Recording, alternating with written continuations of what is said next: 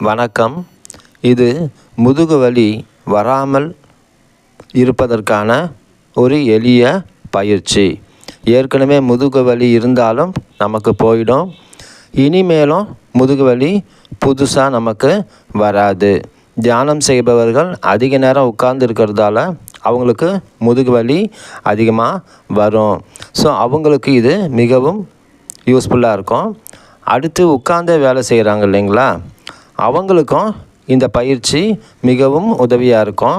அவங்க தியானமே செய்யாதவங்களாக இருந்தாலும் சரி, வேலை செய்கிறதால ஏற்படுற முதுகு வலி, இந்த உட்கார்ந்தே வேலை செய்கிறாங்க இல்லைங்களா கம்ப்யூட்டரில், அவங்களுக்கு முதுகு வலி தொடர்ச்சியாக இருக்கும். அவங்க தினமும் ஒரு முறை இந்த பயிற்சியை வீட்டில் செஞ்சிட்டாங்க அப்படின்னா அன்னைக்கு முழுவதும் முதுகு வலி கண்டிப்பாக இருக்காது.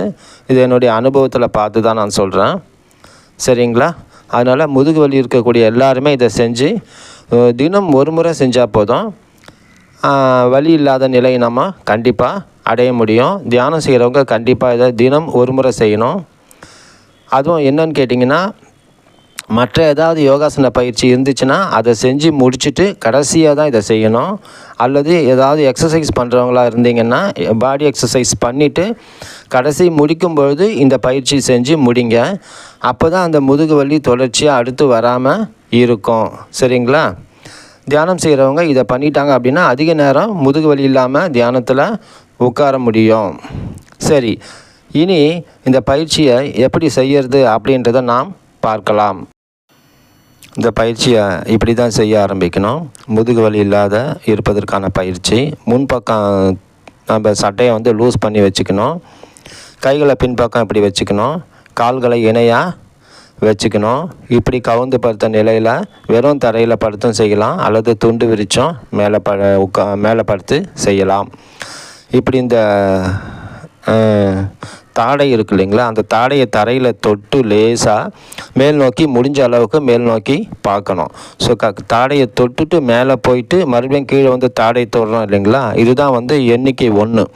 இந்த மாதிரி குறைஞ்சது ஒரு நாளைக்கு 25 செய்யணும்.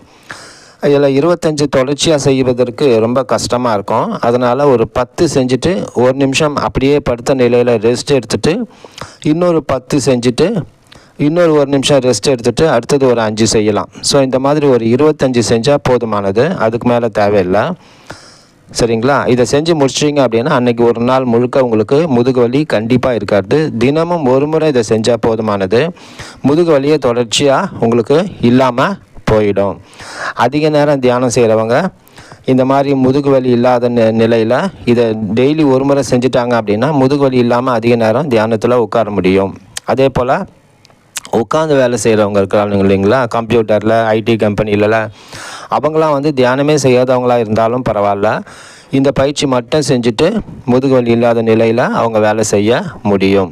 சரிங்களா? இது குறைஞ்சது 25 எண்ணிக்கை ஒரு நாளைக்கு செஞ்சு முடிக்கணும். நீங்கள் பாடி எக்ஸசைஸ் பண்ணுறவங்களா இருந்தால் டெய்லி அதை முடிச்சுட்டு கடைசியாக இதை செஞ்சு முடிங்க. அதே போல் இந்த யோகாசனம் செய்கிறவங்களா இருந்தீங்க அப்படின்னா எல்லா யோகாசனமும் முடிச்சுட்டு கடைசியாக இதை செஞ்சு முடிங்க.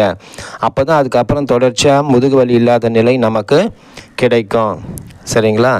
இப்படி தான் இது செய்யணும்.